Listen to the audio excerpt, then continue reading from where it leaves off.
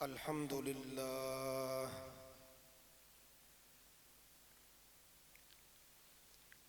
الحمد لله وكفى وسلام على عباده الذين اصطفى أما بعد فأعوذ بالله من الشيطان الرجيم بسم الله الرحمن الرحيم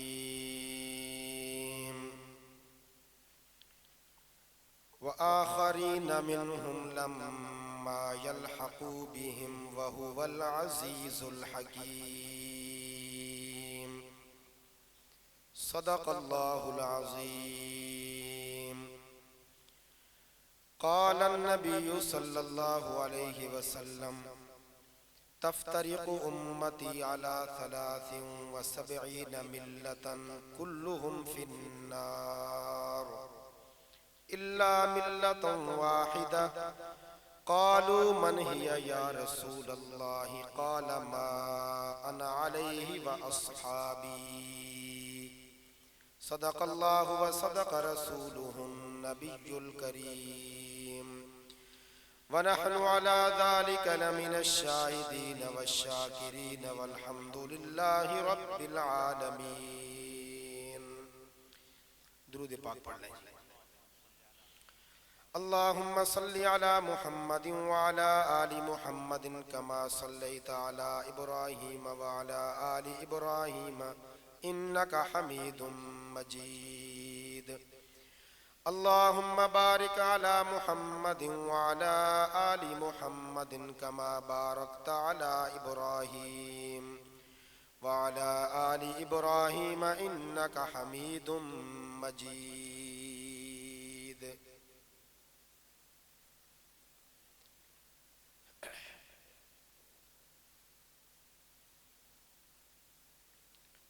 محترم بزرگوں، بھائیوں اور دوستوں، اللہ رب العزت کا احسان عظیم ہے کہ اس ذات وحدہ لا شریک نے اس فانی زندگی میں ایک مرتبہ پھر ہمیں جامعہ ملیہ اسلامیہ کے 13ویں سالانہ جلسہ ولایت میں حاضر ہونے کی توفیق نصیب فرمائی.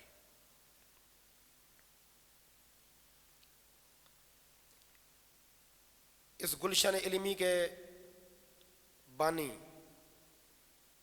سلطان العلماء حضرت علامہ ڈاکٹر خالد محمود صاحب ہیں.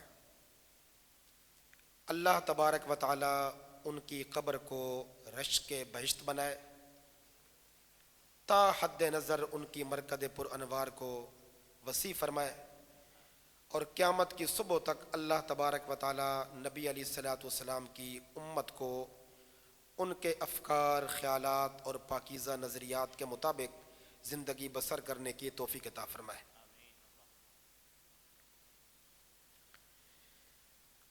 ہمارے برادر مکرم جناب مولانا مفتی عزیر الحسن صاحب کی قلبی نوازش ہے، ان کی محبت ہے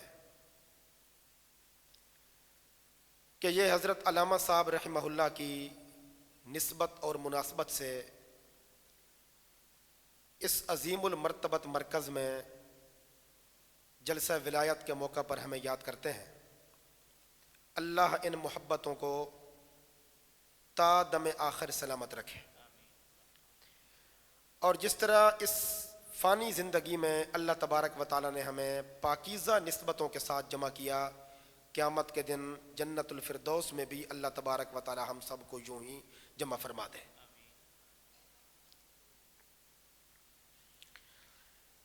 دوستو، اس مرتبہ جلسہ ولایت کو جس عظیم ہستی کے نام نامی اسم گرامی سے معنون کیا گیا وہ امام اعظم علی الاطلاق سیدنا ابی حنیفہ رحمہ اللہ کی ذات والا بابرکات ہے، جن کا نام نامی اسم گرامی نعمان ہے، والد کا نام ثابت ہے، دادا کا نام بھی نعمان ہے اور کنیت ابو حنیفہ ہے۔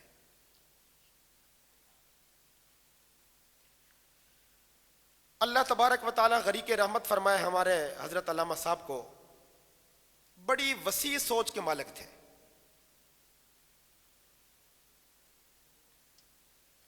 علماء بہت ہیں، موجود بھی ہیں، آتے بھی رہیں گے،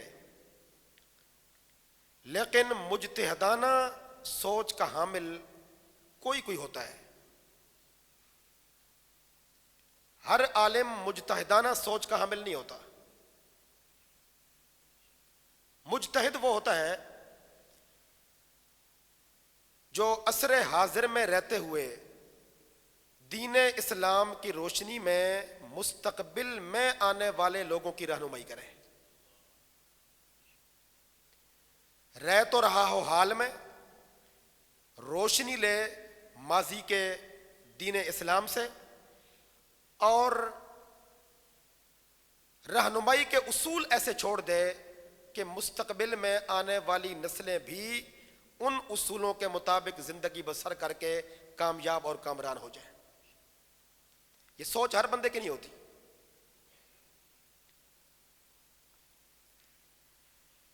علامہ صاحب رحمہ اللہ نے اس علاقہ میں یہ مرکز قائم فرما کے جو جلسہ ولایت کی بنیاد رکھی،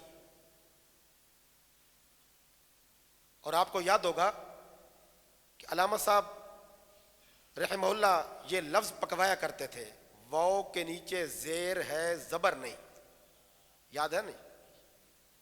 کہتے تھے نا جی، واو کے نیچے زیر ہے زبر نہیں۔ جو بندہ آپ کو زیریں اور زبریں تک سکھا گیا وہ کتنا زیرک انسان تھا۔ یہ ولایت ولا سے ہے، محبت سے ہے، قلبی مودت سے ہے۔ علامہ صاحب رحمہ اللہ نے فرمایا ہے اور ہمیں بتایا ہے، اس امت کے دلوں میں محبت کا جوڑ جب بھی لگے گا اولیاء اللہ کے ذکر خیر سے لگے گا، اس کے بغیر جوڑ نہیں لگ سکتا۔ یہ ٹوٹی ہوئی امت جس کے دل ٹوٹے ہوئے ہیں، دماغ ٹوٹے ہوئے ہیں، نفسیات مختلف ہو گئیں، آپس میں بات چیت کا حوصلہ نہیں رہا، تبادلہ خیالات کا حوصلہ نہیں رہا، برداشت کا مادہ کم ہو گیا، ان سارے مریضوں کو شفا یاب کرنے کا طریقہ صرف ایک ہے، اللہ کے نیک بندوں کی محبت کو عام کر دیا جائے۔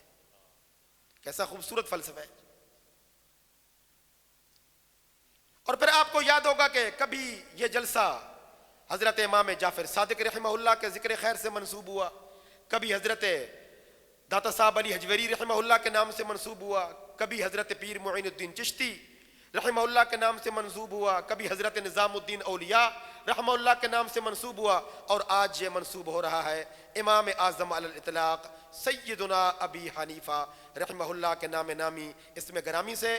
اللہ تعالیٰ زندگی کے آخری سانسوں تک ہم سب کو امام صاحب رحمہ اللہ کی وہ فقہ جو عین کتاب و سنت پر مبنی ہے اس پہ کار بند رہنے کی توفیق عطا فرمائے، اور قیامت کے دن اللہ تعالیٰ ہمیں امام صاحب کی محبت کے جھنڈے کے نیچے جنت الفردوس میں داخل کر دے۔ آمین ذرا اونچی کہہ دیں۔ علامہ صاحب فرمایا کرتے تھے، اونچی آمین کہنے سے کچھ لوگ خوش ہوتے ہیں، تو خوش کرنا بھی تو محبت ہے نا؟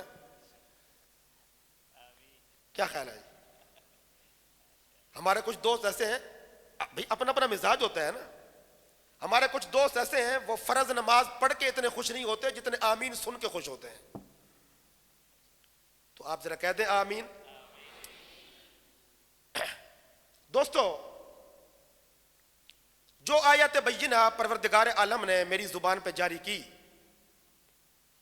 یہ 28ویں پارہ کی سورۃ الجمعہ کی کا ایک مقام ہے، وآخرین منہم لما یلحقوا بہم وہو العزیز الحکیم۔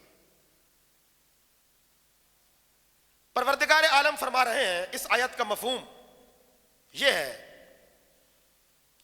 نبی علیہ الصلوۃ والسلام کی بعثت مبارکہ صرف ان لوگوں کے لیے نہیں جو سرکار کے سامنے موجود ہیں صلی اللہ علیہ وسلم، بلکہ آپ کی بعثت مبارکہ اور آپ کی نبوت کا نور ان دوسرے لوگوں کے لیے بھی ہے جنہوں نے ابھی آپ سرکار سے ملاقات کا شرف حاصل نہیں کیا اور وہ بعد کے زمانوں میں دنیا میں آنے والے ہیں۔ لما یلحقوا بہم، جو زمانی اور مکانی اعتبار سے جن کا حضور کے ساتھ ابھی الحاق نہیں ہوا، چپکنا نہیں ہوا، انہوں نے نبی علیہ الصلوۃ والسلام کا زمانہ نہیں دیکھا، دور نہیں دیکھا، حضور کی بعثت مبارکہ صلی اللہ علیہ وسلم ان کے لیے بھی ہے۔ تو آگے چلنے سے پہلے ایک مسئلہ تو یہیں پہ طے ہو گیا کہ حضور علیہ الصلوۃ والسلام اور قیامت کے درمیان میں اور کوئی نبی قیامت تک نہیں آئے گا۔ کیوں؟ کیونکہ حضور سب کے لیے ہے نا صلی اللہ علیہ وسلم۔ یہاں پھر مجھے علامہ صاحب یاد آ گئے، اور وہ لفظوں میں ہی یاد آتے ہیں، لفظ بلفظ یاد آتے ہیں۔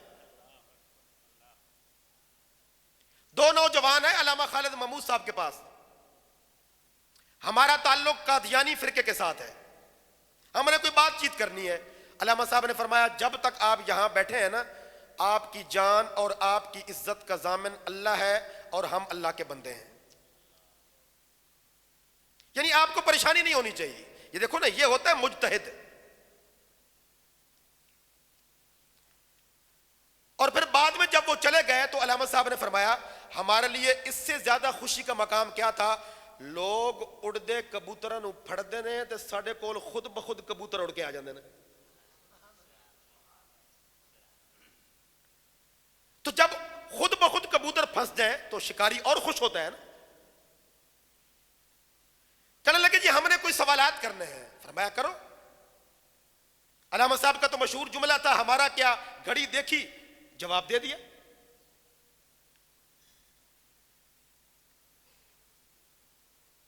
آپ مرزا صاحب کو نبی کیوں نہیں مانتے؟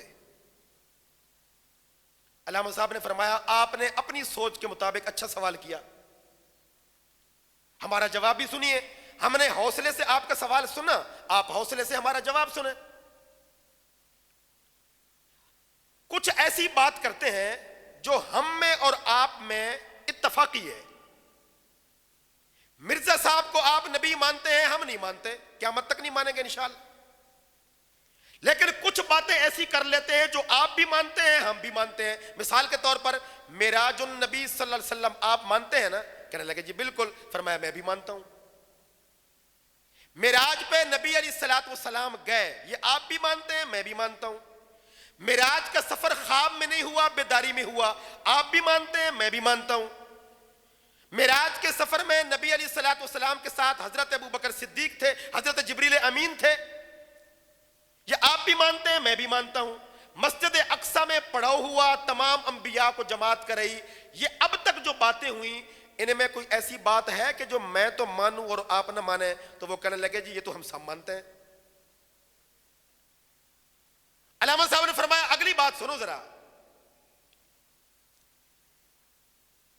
آدم علیہ الصلوۃ والسلام سے لے کر حضرت عیسیٰ تک کل کے کل انبیاء مسجد اقصی میں موجود تھے اور سب نے حضور علیہ السلام کے پیچھے نماز پڑھی۔ میرا تو یہ عقیدہ ہے، آپ کا کیا عقیدہ ہے؟ سارے انبیاء موجود تھے یا کوئی مس بھی تھا؟ توجہ ہے جی؟ میں مولانا مفتی عزیر صاحب سے گزارش کروں گا، علامہ صاحب تو پردہ فرما گئے، اب ایک جلسہ ولایت جو ہے نا علامہ صاحب کے نام سے ہونا چاہیے۔ کیوں جی؟ پھر انشاءاللہ ہم ساری باتیں علامہ صاحب کی کریں گے۔ کیوں؟ اس امت کے ٹوٹے ہوئے دلوں کو جوڑ جب بھی لگے گا اولیاء اللہ کے ذکر سے لگے گا، اور اولیاء اللہ کے اس فہرست میں ہمارے حضرت علامہ صاحب بھی موجود ہیں۔ تو علامہ صاحب نے فرمایا کہ بھائی کل کے کل انبیاء تھے یا کوئی مس بھی تھا؟ اب دیکھیے وار کیسے ہو رہا ہے۔ کہنے لگے جی سب کے سب موجود تھے، کوئی مس نہیں تھا۔ علامہ صاحب نے فرمایا کہ مرزا صاحب کہاں تھے؟ آپ مرزا قادیانی کو نبی مانتے ہیں نا؟ وہ کہاں تھے؟ کہنے لگے جی وہ تو نہیں تھے. فرمایا کہ بس آپ کو آپ کے سوال کا جواب مل گیا. جو کسی کو نبی کہے یا اپنے آپ کو نبی کہے وہ اپنا وجود معراج کی رات مسجد اقصی میں آخری نبی کے پیچھے ثابت کرے. جو وہاں موجود ہے وہ نبی ہے, جو موجود نہیں وہ نبی نہیں. تو وہ آخرین منہم لما یلحقوا بہم کا ایک معنی کیا ہے؟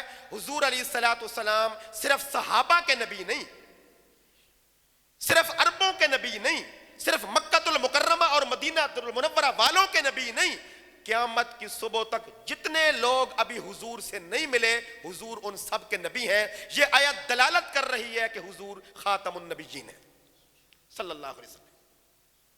دوسرے نمبر پہ توجہ فرمائیے, صحابہ کرام نے پوچھا یا رسول اللہ صلی اللہ علیہ وسلم اس آیت کی تفسیر اپنی زبان نبوت سے بیان فرمائیے. نبی علیہ السلام نے حضرت سلیمان فارسی کو کھڑا کر دیا. صحیح بخاری کی روایت ہے. حضرت سلیمان فارسی رضی اللہ تعالیٰ عنہ کے کندھے پہ ہاتھ مار کے کہا میرے بعد اگر ایمان ثریا ستارے پر بھی جا پہنچا تو اس کی نسل وہاں سے بھی حاصل کر کے مومن بن جائے گی. اور صحیح مسلم کے الفاظ یہ ہیں ان کی نسل میں ایک بندہ, صحیح بخاری میں تو ہے نا, ان کی نسل کے کچھ افراد فارس کے ثریا ستارے پر چڑھ کر بھی ایمان لے آئیں گے. اور صحیح مسلم میں ہے ان کی نسل کا ایک بندہ ایسا ہوگا جو ثریا ستارے پر چڑھ کر بھی ایمان کو لے کے اپنا سینہ نور سے منور کر دے گا.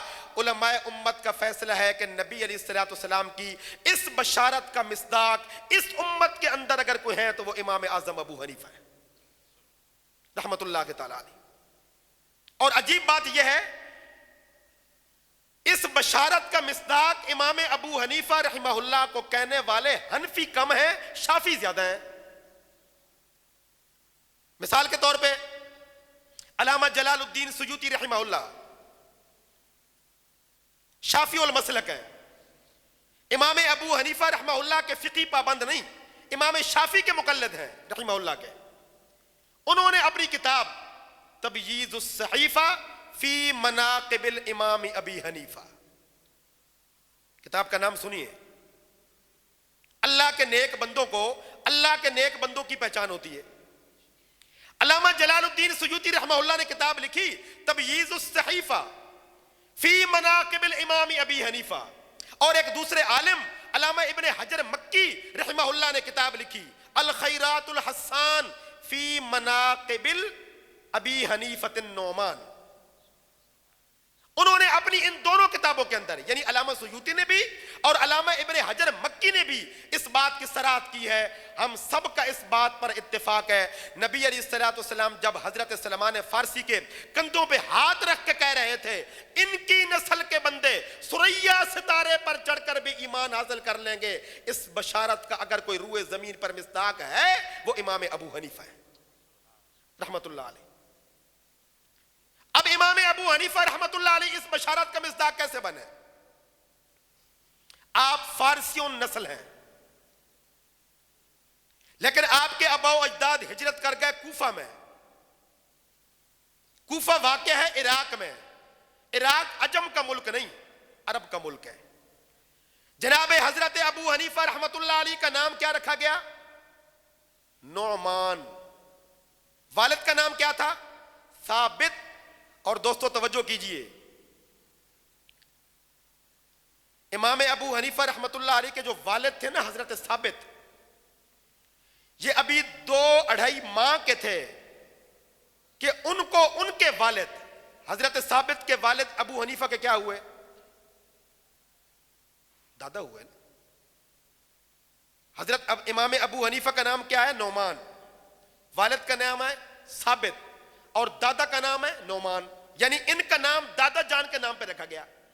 تو امام ابو حنیفہ رحمہ اللہ کے جو والد تھے نا حضرت ثابت رحمہ اللہ, وہ ابھی چند ماہ کے تھے کہ ان کو ان کے والد نے اٹھا کے حضرت علی کی گود میں ڈال دیا اور فرمایا اس کے لیے دعا کر دیں رضی اللہ تعالیٰ. اب حضرت نعمان جو دادا ہیں حضرت ابو حنیفہ کے رحمہ اللہ، وہ امام ابو حنیفہ رحمہ اللہ کے والد جن کا نام نامی اسم گرامی ثابت ہے، وہ حضرت ثابت کو کس کے گود میں ڈالتے ہیں؟ حضرت امام اعظم ابو حنیفہ کے، اور کہتے ہیں شیر خدا علی المرتضیٰ آپ اس بچے کے لیے دعا کر دیجئے۔ اب حضرت علی رضی اللہ تعالیٰ عنہ امام ابو حنیفہ رحمہ اللہ کے والد جو چند ماہ کے ہیں، ان کے لیے دعا کیا کر رہے ہیں؟ دعا سنیے، اللہ اس بچے کی اولاد کو بابرکت بنا دے، اس بچے کی اولاد کو۔ اب پھر علامہ صاحب یاد آ گئے، علامہ صاحب فرمایا کرتے تھے چھوٹے بچوں کو ہمیشہ دعا عمر کی برکت کی دی جاتی ہے۔ اب دیکھیے نا، یہ چھوٹی بچی ہے، یہ ابھی کوئی چھوٹا بچہ آ جائے میرے سامنے تو میں اس کو یہی دعا دوں گا نا، اللہ اس بچے کی عمر میں برکت دے، ہم یہی دعا دیں گے نا۔ لیکن حضرت علی رضی اللہ تعالیٰ عنہ امام ابو حنیفہ رحمہ اللہ کے چند ماہ کے والد کو کون سی دعا دے رہے ہیں؟ اللہ تیری اولاد میں برکت دے۔ دراصل علامہ خالد محمود فرماتے تھے، دراصل امام ابو حنیفہ رحمہ اللہ کے والد کی پیشانی میں حضرت علی کو ابو حنیفہ کی فقہ کا نور نظر آ رہا تھا۔ امام ابو حنیفہ رحمۃ اللہ علیہ صدقہ ہے حضرت علی کی اولاد کا، فقہ حنفی فیضان ہے حضرت علی رضی اللہ تعالیٰ عنہ کی اولاد کی دعا کا۔ حضرت علی رضی اللہ تعالیٰ عنہ دعا دی تھی، اللہ تیری اولاد میں برکت دے۔ چنانچہ ثابت کہاں بچہ پیدا ہوا جن کا نام رکھا گیا نعمان، ہجری تھی 50۔ اور دوستو، جس وقت امام ابو حنیفہ رحمۃ اللہ علیہ نے آنکھ کھولی، اس وقت کوفہ کے اندر ایک بہت بڑے صحابی موجود تھے، حضرت ابو عبداللہ بن اوفا رضی اللہ تعالیٰ، اور بصرہ کے اندر ایک عالم موجود تھے حضرت انس بن مالک رضی اللہ تعالیٰ عنہ۔ سیدنا امام ابو حنیفہ رحمۃ اللہ علیہ نے جب شعور کی آنکھ کھولی، پہلی نظر نبی کے ایک صحابی پر پڑی تو دوسری نظر نبی کے دوسرے صحابی پر پڑی، اور سیدنا امام ابو حنیفہ رحمہ اللہ تعالی آپ کے جتنے بھی استاد تھے ان میں 2 استاد بڑے ہیں۔ کتنے جی؟ 2۔ ایک استاد کا نام ہے شیخ حماد بن ابی سلیمان، دوسرے استاد کا نام ہے شیخ اکرمہ بربری رحمت اللہ علیہ۔ امام ابو حنیفہ کی سعادت دیکھیے، آپ کے پہلے استاد شیخ حماد بن ابی سلیمان رحمہ اللہ شاگرد ہیں حضرت انس بن مالک کے، اور آپ کے دوسرے استاد حضرت اکرمہ بربری شاگرد ہیں حضرت عبداللہ بن عباس کے رضی اللہ تعالیٰ عنہ۔ چنانچہ جتنے بھی ائمہ کرام دنیا میں گزرے ان سب کے سرتاج 4 ہیں، ان چاروں میں سے سب سے پہلے نمبر پر یہ منفرد سعادت اگر حاصل ہے تو حضرت امام ابو حنیفہ رحمت اللہ علیہ کو حاصل ہے کہ آپ تابعی بھی ہیں۔ تابعی وہ ہوتا ہے جو تقوی کی حالت میں صحابی کا دیدار کرتا ہے۔ کیوں جی؟ صحابی کون ہوتا ہے؟ جو نبی کو دیکھے، کفر کی حالت میں دیکھے یا ایمان کی حالت میں؟ ہے جی؟ حضور علیہ السلام کو ابو جہل نے بھی تو دیکھا تھا نا، کوئی اس کو صحابی کہتا ہے؟ ابو لہب نے بھی تو دیکھا تھا نا، کوئی اس کو صحابی کہتا ہے؟ اللہ اکبر۔ آج کل ٹرکوں کے پیچھے لکھا ہوتا ہے میں نوکر اصلی صحابہ کا، میں نوکر۔ وہ کیا بتانا چاہتے ہیں؟ کچھ نقلی صحابہ بھی ہوتے ہیں۔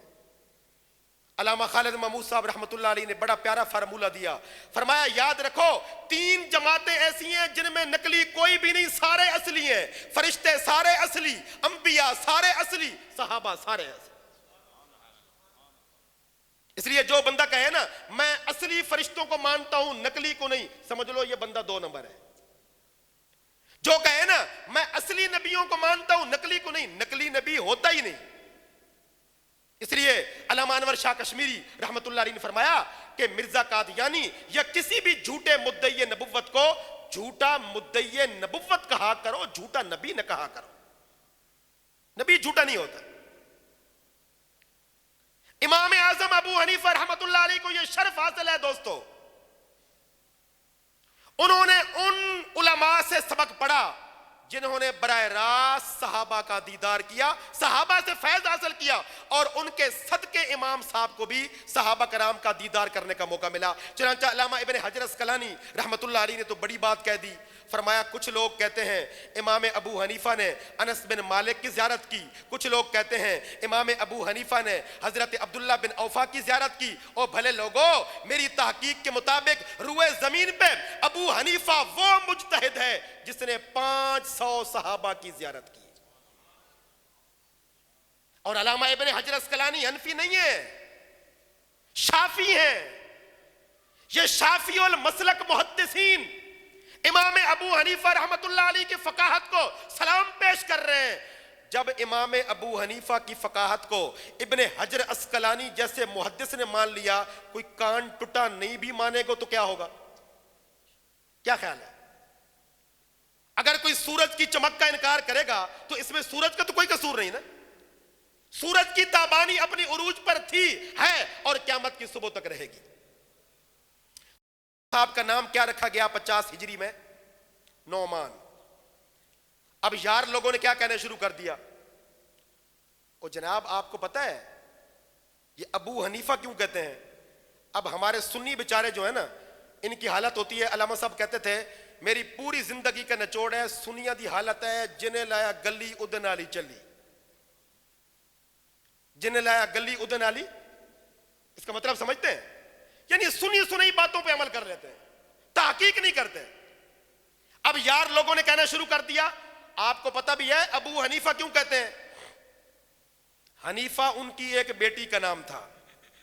امام ابو حنیفہ رحمۃ اللہ علیہ کو ایک مسئلہ درپیش آ گیا، بیٹی نے کہا میں مسئلہ بتاتی ہوں لیکن میری ایک شرط ہے، آپ اپنی کنیت میرے نام پہ رکھیں گے۔ بیٹی نے مسئلہ بتایا، امام صاحب نے اپنی کنیت رکھ لی ابو حنیفہ۔ بھائیو، اس بات کے جھوٹا ہونے کی سب سے پہلی دلیل یہ ہے امام صاحب کی بیٹی تھی ہی نہیں۔ امام ابو حنیفہ رحمۃ اللہ علیہ کا صرف ایک بیٹا تھا جس کا نام اپنے پیارے استاد کے نام پہ رکھا، حماد۔ کون حماد؟ حماد بن ابی سلیمان، جو شاگرد ہیں حضرت انس بن مالک کے، استاد ہیں امام ابو حنیفہ کے رحمت اللہ علیہ۔ امام ابو حنیفہ رحمت اللہ علیہ کی بیٹی تھی ہی نہیں۔ کنیت جو ہے نا، اس کا استخراج دو چیزوں سے ہوتا ہے، یا نسب سے یا وصف سے۔ یا تو کنیت رکھی جاتی ہے بڑے بیٹے کے نام پر، مثال کے طور پر نبی علیہ الصلوۃ والسلام کی کنیت مبارک ہے ابو القاسم، حضرت علی رضی اللہ تعالیٰ عنہ کی کنیت ہے ابو الحسن، اور حضرت علی رضی اللہ تعالیٰ عنہ کی دو کنیتیں ہیں، ایک نسب پر ہے ایک وصف پر ہے۔ نسب پر آپ کی کنیت ہے ابو الحسن اور وصف پر ہے ابو تراب۔ صحیح بخاری کی روایت ہے نا، نبی علیہ الصلوۃ والسلام نے حضرت فاطمہ سے پوچھا این ابن عمی، میرے چچا کا بیٹا کہاں گیا؟ کہا یا رسول اللہ صلی اللہ علیہ وسلم آج گھر میں کچھ انبن ہو گئی تھی، وہ ناراض ہو کر چلے گئے ہیں۔ نبی علیہ الصلوۃ والسلام نے حضرت علی رضی اللہ تعالیٰ عنہ کو تلاش کرنا شروع کر دیا۔ وہ مسجد کے باہر مٹی کے اوپر لیٹے ہوئے تھے۔ نبی علیہ الصلوۃ والسلام نے حضرت علی رضی اللہ تعالیٰ عنہ کے پاؤں کا انگوٹھا پکڑ کے کہا قم یا ابا تراب، وہ مٹی والے کھڑے ہو جائے۔ اب یہ ابو تراب کس کے منہ سے نکلا؟ سرکار دو جہاں صلی اللہ علیہ وآلہ وسلم کی زبان اقدس سے۔ اب یہ کنیت بن گئی حضرت علی کی رضی اللہ تعالیٰ عنہ۔ تو کنیت یا ہوتی ہے نسب پہ یا ہوتی ہے وصف پہ۔ حضرت امام ابو حنیفہ رحمت اللہ علیہ کی اولاد میں بیٹی نہیں تھی، صرف ایک بیٹا تھا۔ اب رہ گیا یہ سوال ابی حنیفہ کیوں کہا جاتا ہے؟ واتبعت ملت آبائی ابراہیم حنیفہ۔ ابراہیم علیہ السلام نے بھی فرمایا تھا ما کان ابراہیم یہودیوں ولا نصرانیوں ولیکن کان حنیفا مسلما۔ حنیف کون ہوتا ہے؟ حنیف وہ ہوتا ہے جس کے مسلک میں، نظریے میں، عقیدے میں، خیال میں، سوچ میں، کردار میں، تقوی میں پلیدگی کی آمیزش نہ ہو،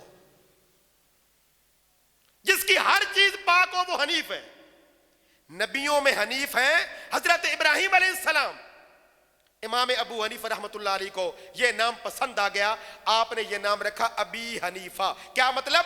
دین حنیف والا, انبیاء کے نقوش پا پہ چلنے والا, سرکار دو جہاں صلی اللہ علیہ وآلہ وسلم کی دین متین کی ایسی خدمت کرنے والا جس میں نفس کی کوئی علامت نہ ہو, نفس کی کوئی آمیزش نہ ہو. چنانچہ ایک بندے نے خواب دیکھی, خواب سے جب بیدار ہوا نیند سے کانپ گیا, کہنے لگا میں نے ایسا خواب دیکھا میرے بدن کے رونگٹے کھڑے ہو گئے, بیان نہیں کر سکتا. کسی نے کہا علامہ ابن سیرین رحمہ اللہ کو جا کر بتاؤ, وہ بڑے اچھے معبر ہیں, تعبیر بتائیں گے. یہ بندہ گیا, پہلے وضو کیا, نوافل پڑھے, اے ارحم الراحمین میں نے خواب دیکھی, خواب ایسا دل دوز ہے, بیان کرنے کو جی نہیں چاہتا اور دل میں رکھنے کو بھی جی نہیں چاہتا, میں معبر کے سامنے جا رہا ہوں, بتاتا ہوں. امام ابن سیرین نے پوچھا سچ بتا تو نے کون سی خواب دیکھی؟ کہتا ہے یا امام میں نے سرکار دو عالم صلی اللہ علیہ وآلہ وسلم کی قبر اطہر کا نظارہ کیا, قبر مبارک کھلی ہوئی تھی اور نبی اکرم صلی اللہ علیہ وآلہ وسلم کے وجود اقدس کے جتنے بھی اعضاء اور ذرات ہیں یہ قبر مبارک کے بہر بکھرے پڑے ہیں, اور امام ابو حنیفہ رحمۃ اللہ علیہ ان کو جمع کر رہے ہیں. کانپ گیا, یہ کیا منظر ہے؟ امام ابن سیرین نے کہا ابشر یا ابا حنیفہ, ابو حنیفہ تجھے بشارت ہو. یہ خواب تو امام ابو حنیفہ رحمۃ اللہ علیہ کی فقہی عظمت کی سعادت اور دلیل ہے. آپ کا خواب اس بات کی دلیل ہے اور اس کی تعبیر ہے. نبی علیہ الصلوۃ والسلام کے دین متین کے جتنے فقہی مسئلے دنیا بھر میں بکھرے ہوئے ہیں, امام صاحب نے ان سب کو جمع کر کے امت کی رہنمائی کر دی. یہ اس خواب کی تعبیر ہے. تو دوستو امام اعظم ابو حنیفہ رحمۃ اللہ تعالی علیہ سراج الائمہ ہیں, واحد امام ہیں جنہوں نے صحابہ کا دیدار کیا, تابعی ہیں, صحابہ کی زیارت کی. خود فرماتے ہیں میں نے سب سے پہلا حج کیا 196 ہجری میں. ولادت کب ہے؟ 80 ہجری. تو 196 ہجری میں علامہ صاحب کی عمر کتنی بنی؟ امام صاحب کی 16 سال. 16 سال کی عمر میں نے پہلا حج کیا. والد صاحب میرے ساتھ تھے. میدان عرفات کے اندر میں نے اتنے عجیب عجیب چہروں کا نظارہ کیا جن کے چہرے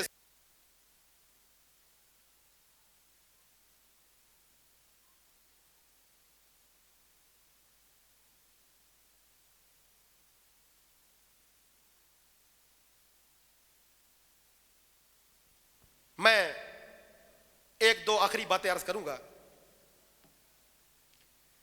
دینوں میں سب سے معتدل دین کا نام ہے دین اسلام.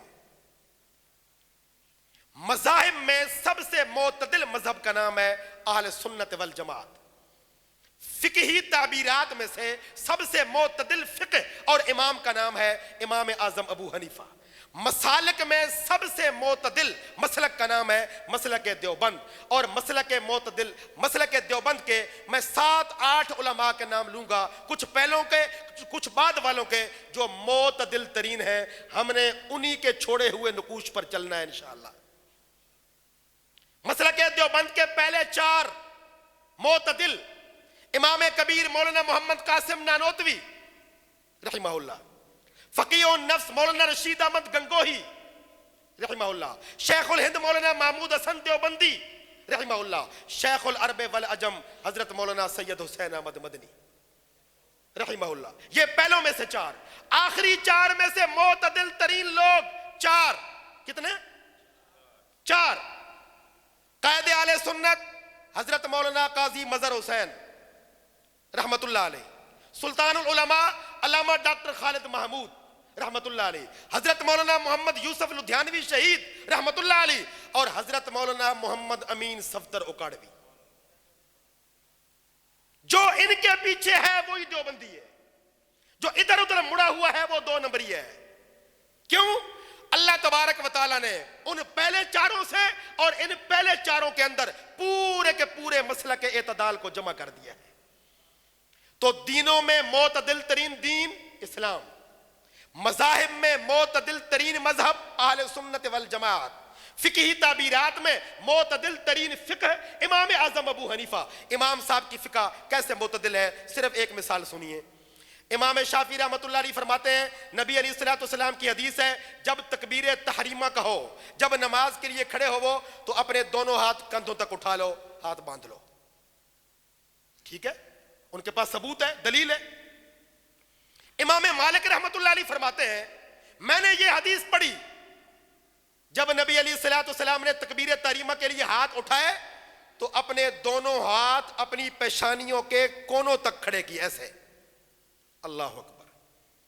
امام ابو حنیفہ رحمۃ اللہ علیہ فرماتے ہیں، میں نے ایک حدیث پڑھی، بلکہ بے شمار حدیثیں، نبی علیہ الصلوۃ والسلام نے جب تکبیر تحریمہ کے لیے ہاتھ اٹھائے تو اپنے انگوٹھے کانوں کی نرم لو تک رکھے۔ فرماتے ہیں یہ بھی حدیث ہے، یہ بھی حدیث ہے، لیکن عمل اس پہ کرنا، کیوں؟ اس پہ عمل کرو گے نیچے والی دو رہ جائیں گی، اس پہ عمل کرو گے اوپر والی دو رہ جائیں گی۔ یہاں ہاتھ رکھو گے نا تو یہ انگلیاں آ جائیں گی یہاں، یہ ہتھیلیاں آ جائیں گی یہاں، یہ دونوں انگوٹھے آ جائیں گے کانوں پر، بیک وقت تینوں سنتوں پر عمل ہو جائے۔ مسلک اعتدال ہے کہ نہیں ہے؟ اس لیے ایک شافعی اور ایک حنفی کی لڑائی ہو گئی۔ عوام کے اندر ہر قسم کے لوگ ہوتے ہیں نا جی۔ مولانا عبد الستار توسوی رحمت اللہ علیہ مناظر اعظم بڑی عجیب بات فرمایا کرتے تھے، جب ان سے کسی نے کہا نا جی علماء لڑتے بہت ہیں، علامہ توسوی صاحب نے کہا علماء نہیں لڑتے، تم لڑواتے ہو۔ جنگل میں ہزاروں بٹیرے پھرتے ہیں، نہیں لڑتے، لیکن جس بٹیرے کی آپ سے یاری لگ جائے نا وہ لڑتا ہے۔ تو جس عالم کی عوام سے یاری لگ جائے وہ لڑتا ہے۔ تو دو بندے لڑ پڑے، ایک تھا مقلد امام ابو حنیفہ رحمت اللہ علیہ کا، دوسرا تھا مقلد امام شافعی رحمت اللہ علیہ کا۔ لڑ پڑے آپس میں، ایک کہنے لگا میرے امام کی بڑی شان ہے، دوسرا کہنے لگا میرے امام کی بڑی شان ہے۔ جب لڑائی کے پیچھے علم نہ ہو تو نتیجہ کیا نکلتا ہے؟ مار دھاڑ۔ اچانک آ گئے امام ابو عبداللہ رحمت اللہ علیہ، امام ابو حنیفہ رحمت اللہ علیہ کی فقہ کے بہت بڑے مناظر اپنے زمانہ کے۔ او بھائی کیوں لڑ رہے ہو؟ او سرکار میں مقلد ہوں امام شافعی کا رحمہ اللہ، یہ مقلد ہے امام ابو حنیفہ کا، میں کہتا ہوں میرے امام کی شان زیادہ ہے، یہ کہتے ہیں میرے امام کی شان زیادہ ہے۔ انہوں نے فرمایا بھائی یہ لڑنے والی کون سی بات ہے، بیٹھ کے فیصلہ کر لو۔ مجھے منصف مانتے ہو؟ جی مانتے ہیں۔ آپ دونوں اپنے اپنے امام کی تعریف میں اوصاف اکٹھے کریں، فیصلہ میں کرتا ہوں۔ پہلے امام شافعی رحمت اللہ علیہ کے مقلد اپنے امام کی توصیف بیان کریں جو آپ کو پتا ہے۔ اب اس نے اوصاف گننا شروع کر دیے، امام شافعی یہ تھے یہ تھے یہ تھے رحمہ اللہ، 80 اوصاف گنوائے۔ کتنے؟ 80۔ کہا گیا حنفی کو اب تو امام صاحب کے اوصاف بیان کر۔ اس نے جب گنانے شروع کیے نا تو تعداد پہنچ گئی 4,500۔ کتنے پہ؟ 4,500۔ امام ابو عبداللہ نے کہا علم نہ تیرے پاس ہے نہ علم تیرے پاس ہے، اگر میں امام شافعی کے اوصاف بیان کرنے لگ جاؤں تو 2,000 سے زیادہ ہیں، اگر میں ابو حنیفہ کے اوصاف بیان کرنے لگ جاؤں تو 1,00,000 سے زیادہ ہے۔ تو امام ابو حنیفہ رحمت اللہ علیہ کو اللہ نے یہ شرف بخشا، یہ عظمت اور یہ مقام بخشا اپنی جناب سے، اور وہ شمع کیا بجھے جسے روشن خدا کرے۔ اس لیے دوستو علامہ خالد محمود رحمت اللہ علیہ کا یہ جلسہ ولایت ہمیں ہر سال یہ سبق یاد کروانے کے لیے آتا ہے، ہم نے زندگی کے آخری سانسوں تک اللہ کے نیک بندوں سے رابطہ منقطع نہیں کرنا انشاءاللہ، یہ رابطہ رہے گا اور مضبوط رہے گا۔ چنانچہ ایک عالم دین گزرے ہیں اہل حدیث مکتب فکر کے، مولانا سید محمد داؤد غزنوی رحمت اللہ علیہ۔ یہ داتا دربار جائے نا، ادھر سے جائیں تو یہ پہلے جو شیش محل روڈ نکلتا ہے وہاں ان کا مدرسہ ہے۔ ان کے والد صاحب کا نام تھا مولانا عبد الجبار غزنوی۔ مولانا عبد الجبار غزنوی والد ہیں مولانا داؤد غزنوی کے، اور استاد ہیں مولانا مفتی محمد حسن امرتسری کے، بانی جامع اشرفیہ رحمہ اللہ کے۔ اور علامہ خالد محمود صاحب رحمۃ اللہ علیہ فرمایا کرتے تھے میں نے امرتسر کے زمانہ میں بچپن کے اندر مولانا عبد الجبار غزنوی کا دیدار کیا ہے۔ یہ مولانا عبد الجبار غزنوی امرتسر کے محلہ تیلیاں والی کے ایک مسجد میں ان کے ایک شاگرد تھے، ان کا نام تھا قاری عبد العلی، یہ اہل حدیث مکتب فکر کے تھے، مولانا عبد الجبار غزنوی کے شاگرد تھے۔